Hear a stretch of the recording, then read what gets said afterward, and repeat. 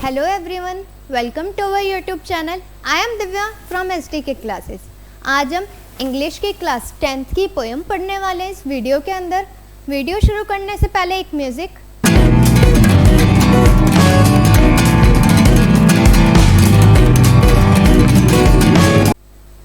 ठीक है, तो अब हम अपनी वीडियो को शुरू करते हैं और हम सबसे पहले देखते हैं हमारी पोएम का नाम क्या है। हमारी पोएम का नाम है the ball poem.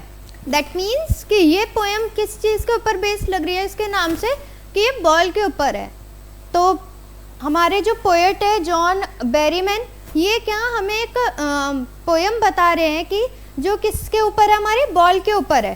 That means इस पूरे पोएम के अंदर हम किसके बारे में डिस्कस करेंगे, एक बॉल की स्टोरी को हम इस पोएम के अंदर डिस्कस करेंगे जो हमारे ऑथर हमें बताना चाहते हैं। इस पोएम का भी बहुत अच्छा सा एक मीनिंग है जो हमें पढ़ने के बाद बहुत अच्छे से समझ आ जाएगा और हम सभी बच्चों के लिए, टीचर्स के लिए या हमारे आसपास और जितने भी लोग हैं उन सब के लिए बहुत अच्छा एक मीनिंग देगा हमें हमारी लाइफ के लिए।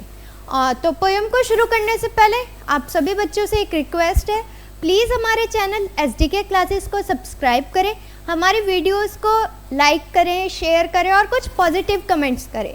हमारे चैनल के अंदर ऑलमोस्ट 10th के हर एक सब्जेक्ट्स की, 11th की, 12th की सारी सब्जेक्ट्स की वीडियोस अपलोड हो चुकी हैं, प्लेलिस्ट भी बन चुकी है। तो आप सभी बच्चों को जिस भी सब्जेक्ट की चाहिए हो आप उसकी प्लेलिस्ट चेक कर सकते हैं।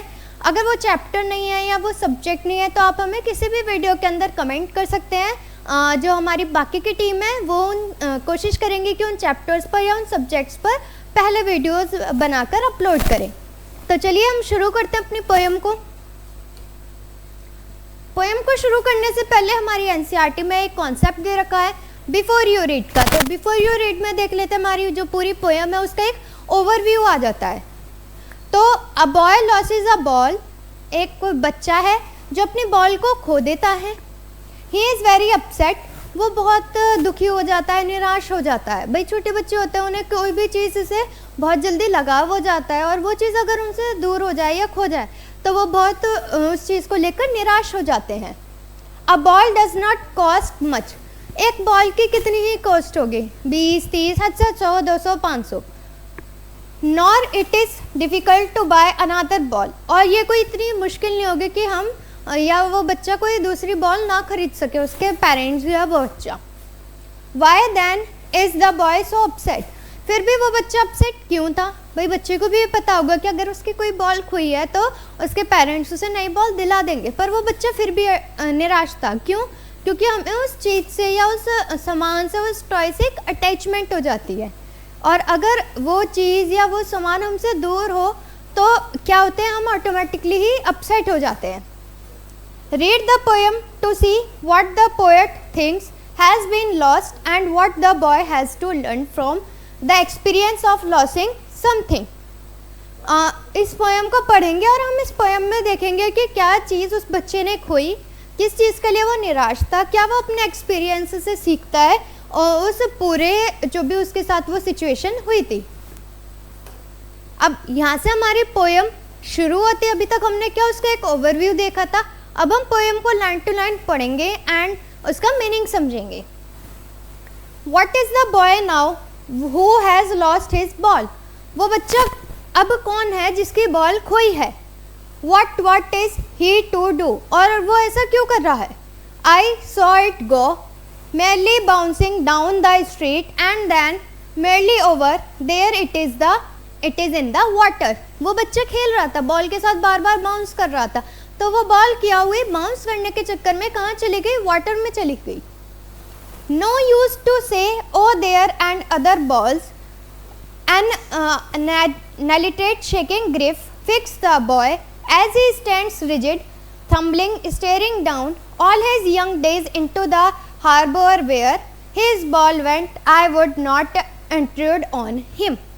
दैट मीन्स वो कह रहे हैं कि जब बच्चा वो खेल रहा था तो खेलने की वजह से बॉल क्या कर रही थी, बार बार बाउंस हो रही थी, ऊपर नीचे हो रही थी, तो वो कहाँ चली गई, पानी में चली गई। अब पानी में चली गई तो क्या हो गया, वो बच्चा निराश हो गया उस चीज़ के लिए कि उसकी बॉल क्या है उससे दूर हो गई पानी में जाने की वजह से।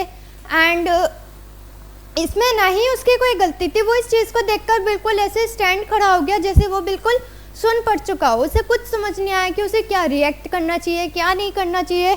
बस वो क्या था, उस चीज़ को देखता रहा किस तरीके से उसकी बॉल उससे दूर होती चली गई। A time another ball is worthless, हालांकि दूसरी बॉल खरीदना कोई इतनी महंगी बात नहीं है।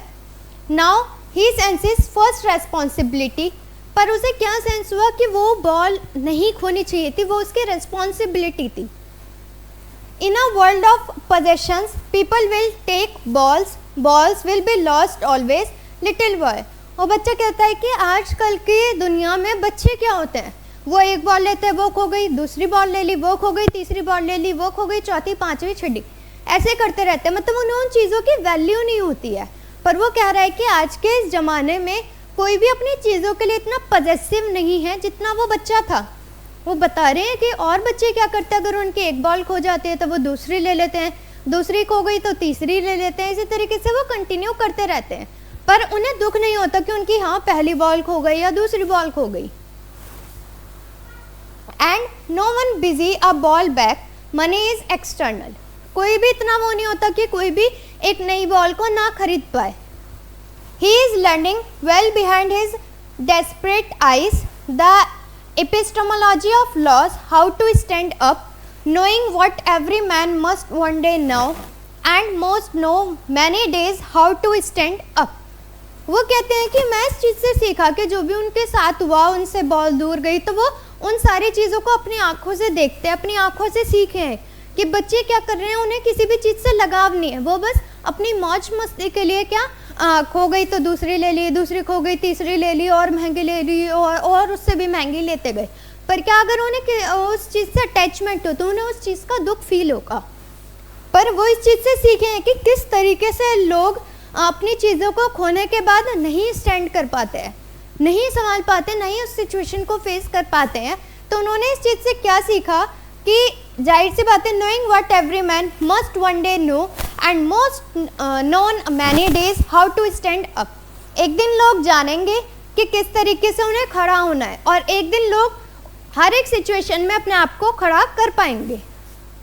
यहीं पर ही हमारी पोएम ख़त्म होती है। अब हम जल्दी से एक ओवरव्यू ले लेते हैं क्या हमारी पूरी पोएम में था। एक बच्चा था, जो बच्चा खेलते हुए अपनी बॉल को पानी में, मतलब उसकी बॉल खेलते हुए पानी में चली जाती है, जिसकी वजह से वो कुछ नहीं सोच पाता कि वो क्या करे क्या ना करे, वो खड़ा रह जाता है। देन बाद में उसे ये रियलाइज़ होता है, वो जब पूरी सिचुएशन को देखता है तो उस बच्चे को ये रियलाइज़ होता है कि आज की इस दुनिया में कोई भी अपने किसी भी सामान को या किसी भी टॉय को लेकर पॉजेसिव नहीं है। वो क्या है, अगर कोई एक सामान खो गया तो वो दूसरा ले आएंगे, दूसरा खो गया तीसरा ले आएंगे, पर उन्हें ना ही उस चीज़ से कोई अटैचमेंट होता है, ना ही कोई पॉजेसिवनेस है। तो उन्हें एक ये मैसेज मिलता है उस पूरी सिचुएशन से कि किस तरीके से वो अपने पर्टिकुलर चीज़ के लिए कैसे पॉजेसिव रहें, कैसे उस चीज़ के लिए दुख जाहिर करें और कैसे उस चीज़ का सामना करें वहीं पर रहकर। क्योंकि जब तक वो सामना नहीं करेंगे उस चीज़ का, तब तक उनकी कोई पहचान नहीं होगी, कोई नहीं जान पाएगा। तो वो हमें यही बताना चाहता है बच्चा कि आज मैं खड़ा हूँ और उस सिचुएशन को पूरा देखा है, मैंने हैंडल किया है।